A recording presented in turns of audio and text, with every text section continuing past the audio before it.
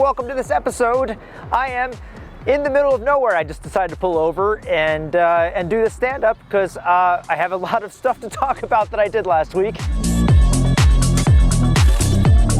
One thing I did at the end of last week that didn't make it into the last episode was I went to Telluride and did some skiing.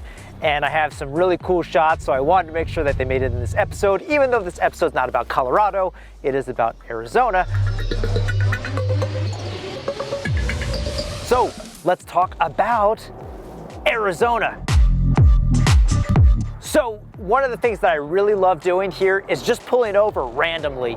And it's so freeing to be able to do that. So I'm driving down the highway and there's a sign on the side of the road that says National Park. And I said, yep, it's about time to pull over and go check something out. So I pulled over in the Petrified Forest. Driving through the Petrified Forest. I got there and there's only an hour and a half left until the park closed. So they said, don't stop too much. So I tried to rush through this and get footage for you guys.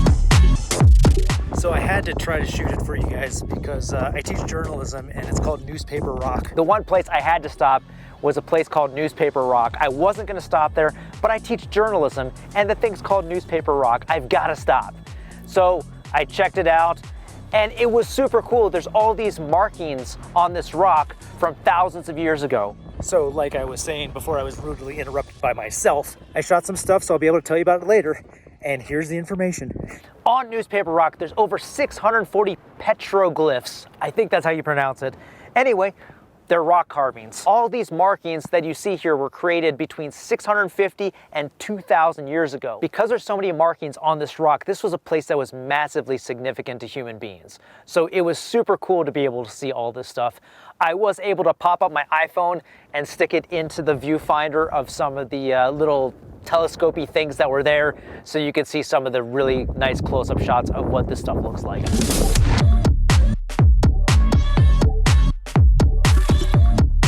This park in the United States is one of the largest concentrations of petrified wood in the world. And what is petrified wood? Well, it's really old wood. And it's not really wood anymore.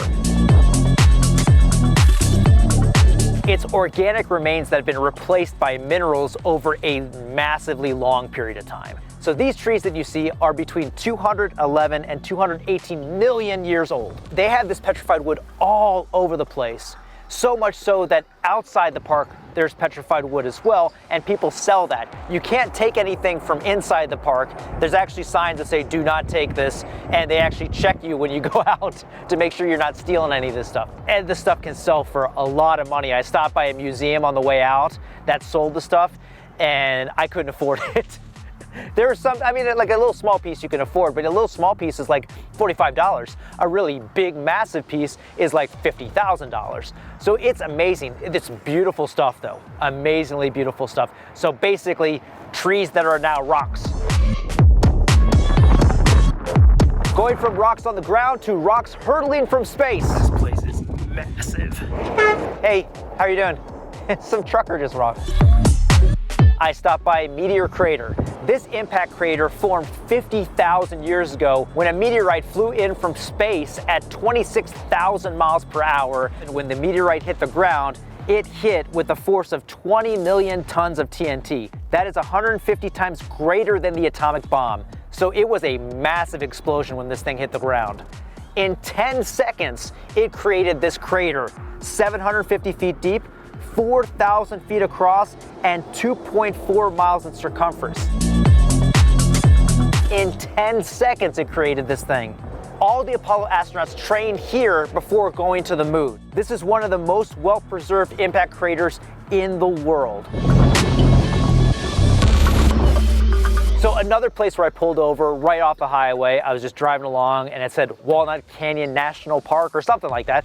So I pulled over, I needed a break, and it was right off the highway, so that was great. I also got this really nice National Parks Pass, which is excellent. If you plan on going like the 3 or 4 national parks or more, get the pass, because every time you pull into a national park, 25 bucks. So for 80 bucks, I got the pass. So I pulled into Walnut Canyon, not knowing what to expect. The canyon was beautiful to begin with, but I walked down and this is where people lived.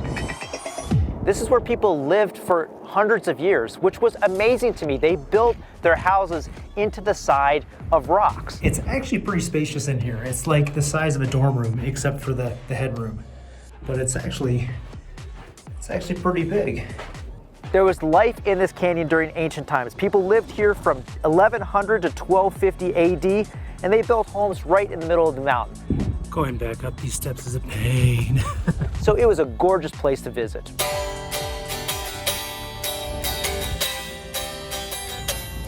Then I had to stop at Winslow, Arizona, if for nothing but just to stand on the corner.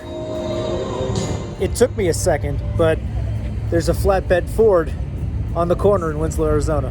If you're too young to know this, you look up the Eagles, Take It Easy. She was checking me out.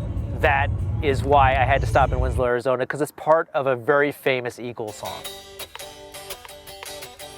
So from there, I went to the Grand Canyon.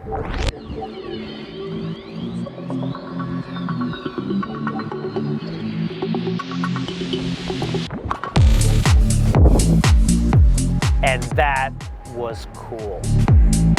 If you ever get the chance to go to the Grand Canyon, go to the Grand Canyon. Trying to be super careful. I'm a little bit afraid of heights, but I still sucked it up and I walked down to the lower sections to stand right on the edge. Right out onto the edge. I had to slide out on my butt to get really close to the edge. A lot of people were really ballsy and they just walked right up to the edge, no problem. It took me 30 minutes to get out there. But I was super proud that I actually got out there. Like I overcame my fears and said, hey, I need to do this. One of the reasons I needed to do this was just to get video for you guys. So you guys pressured me to get out there to get good footage. Keeping my balance, keeping my balance, keeping my balance. But I stayed safe the whole time. I've talked about this before with COVID and everything. I am so safety conscious. I was leaning up against the rock. I was never leaning like down the rock. Yeah, that's where I was, all the way on the left on the edge. So the Grand Canyon started 70 million years ago as smaller canyons when the Colorado River was cutting through it. So that was really cool.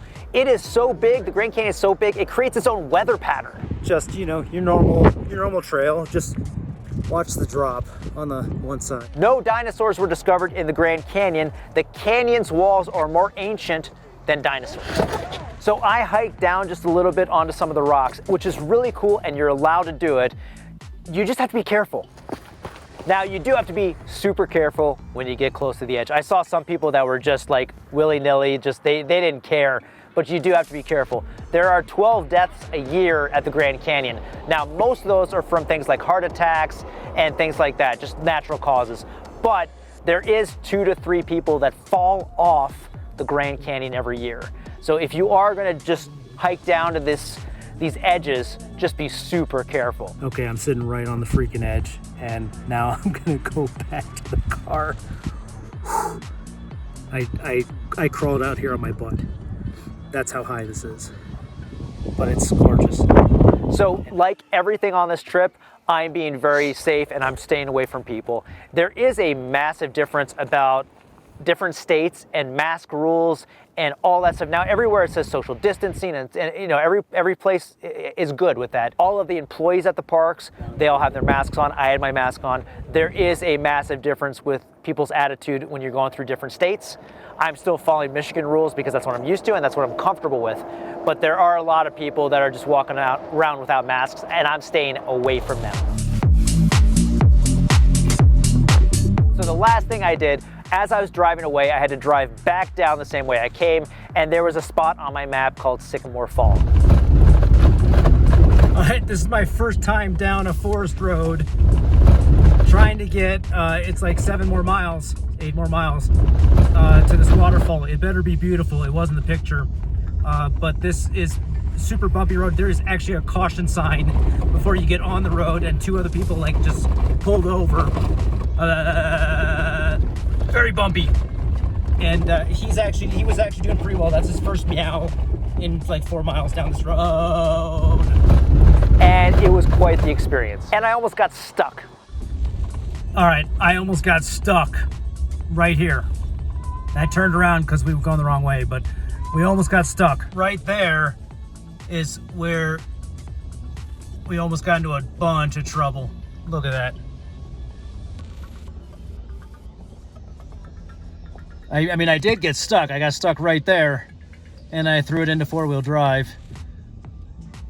But I probably need to, yeah, don't do that again. That was bad idea. And of course, I came all this way for these beautiful waterfalls, and I came at the wrong time of year. Like, I wanted to come here when it's 90 degrees and go down there and swim in a waterfall.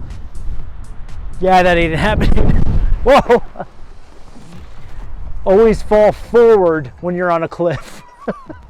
It was beautiful and sunny at the Grand Canyon. And now this. So anyway, I didn't get the beautiful shots. I even brought my drone out there to try to get some shots, and it wasn't worth pulling the drone out. So I bought a drone for this trip, and there's not a lot of places you can fly them, especially at national parks. At the Crater, it was a no-fly zone. At the Grand Canyon, it was no-fly zone. So I couldn't even fly. So I am on my way to California. In fact, I don't really know if I'm still in Arizona or California.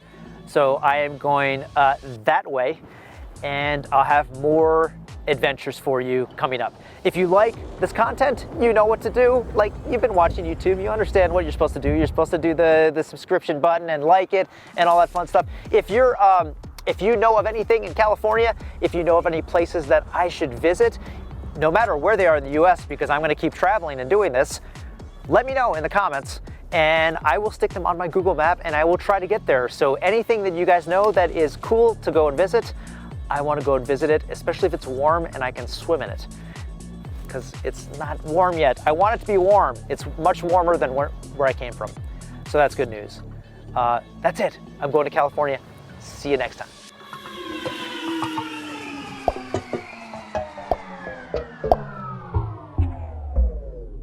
And I'm back. Wind, lots of wind. Give it to me, wind. So if you're my journalism students, you kind of wait for the wind to die down and then you do your thing. So the wind's starting to die down. All right, so now I can start talking. Now it picked up again for a second. Now it died down. Okay, checked on Dusty again. He's doing fine. I'm worried about the wind, but I got the mic, so the mic is under this and then under my t-shirt as well. It's nice out here. It's a little chilly. I got on some long sleeves. It's sunny, so that's nice, but it's windy. But it's, it's out in the middle of nowhere.